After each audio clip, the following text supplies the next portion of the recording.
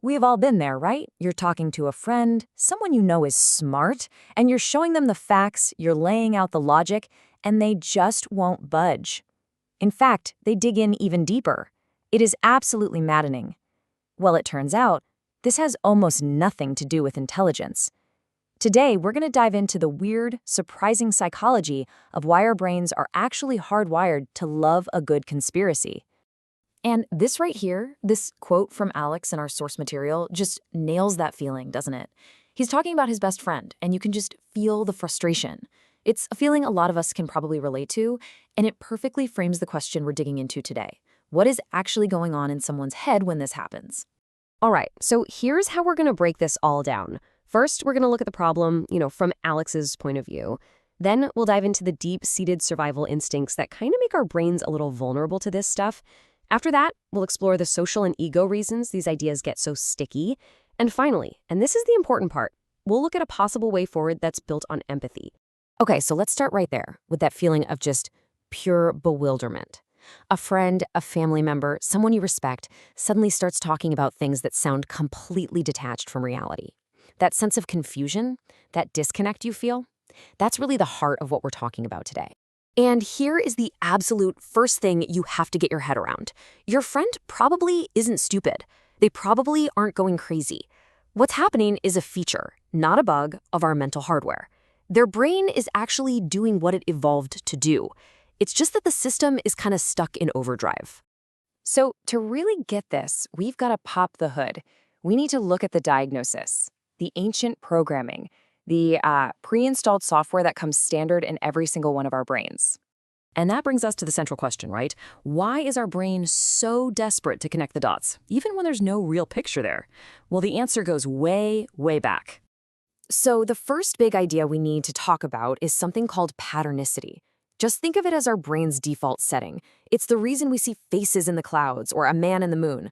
But it's also the reason someone might see a global plot in a few random news stories. Our brain isn't just a machine that makes connections, it's obsessed with it. And look, there's a really, really good survival reason for this. Imagine you're one of our ancient ancestors, Og the caveman. You hear a rustle in the tall grass.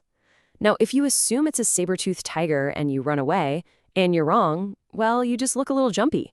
But if you assume it's just the wind and you're wrong, you're lunch. We are, quite literally, the descendants of the paranoid ones. Our brains are built to always assume there might be a tiger in the grass. Okay, now let's add another layer to this ancient programming. In our crazy modern world, we often feel, well, powerless, stressed about our jobs, worried about the future. And that feeling triggers something called compensatory control. When we feel like we can't control our own lives, our brain desperately searches for evidence that someone is in control, even if that someone is a powerful, evil group. Any sense of order feels better than total chaos. I mean, just look at this choice. What actually feels scarier? An evil group pulling the strings is terrifying, for sure. But the idea that nobody is at the controls, that we're all on a plane with no pilot, and things just happen randomly, for a lot of people, that is way, way more frightening. A conspiracy, at least, is a story. It has a driver. And then there's this little glitch in our thinking called proportionality bias. Basically, our brains are kind of like bad movie writers. We have this deep-seated feeling that a huge, dramatic event has to have an equally huge and dramatic cause. Small, simple, or random explanations just feel wrong. They feel unsatisfying. I mean, think about it, right?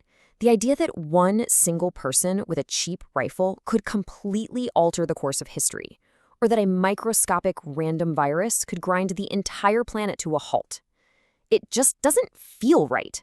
The cause and effect seem totally out of balance. So our brain goes hunting for a cause that feels more proportional, like a giant secret plot. That story, as scary as it is, just feels more correct to our pattern-seeking minds.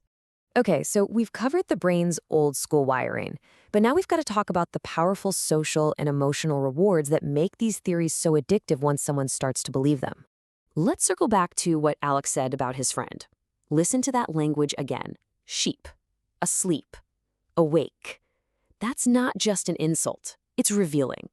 It's language that establishes a hierarchy. It's about feeling special and in the know. Because, let's be honest, believing that you possess secret knowledge that almost everybody else is too blind or brainwashed to see, that is a massive ego boost. It taps into this deep psychological need we all have to feel unique. You're not just another face in the crowd anymore. You're one of the enlightened few. You've found a new tribe, an exclusive club. And get this, there is a literal chemical reward for this. Every single time a believer connects two seemingly random dots, every time they find a new clue, their brain releases a little hit of dopamine. That's the same pleasure chemical you get from solving a tough puzzle or winning a video game. It's that aha moment, and it feels fantastic. It becomes addictive.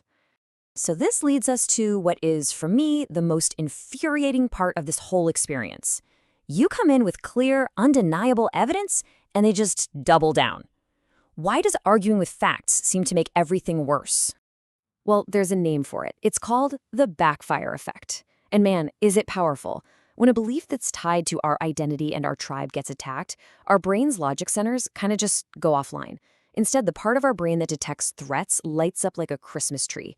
Your well-reasoned argument doesn't feel like a discussion, it feels like a physical attack. And the only response is to fight back and defend that belief even harder. And the result is a belief system that becomes this self-sealing fortress. It's got no windows, no doors. Every piece of evidence you present against it is immediately flipped around and reinterpreted as proof of the conspiracy.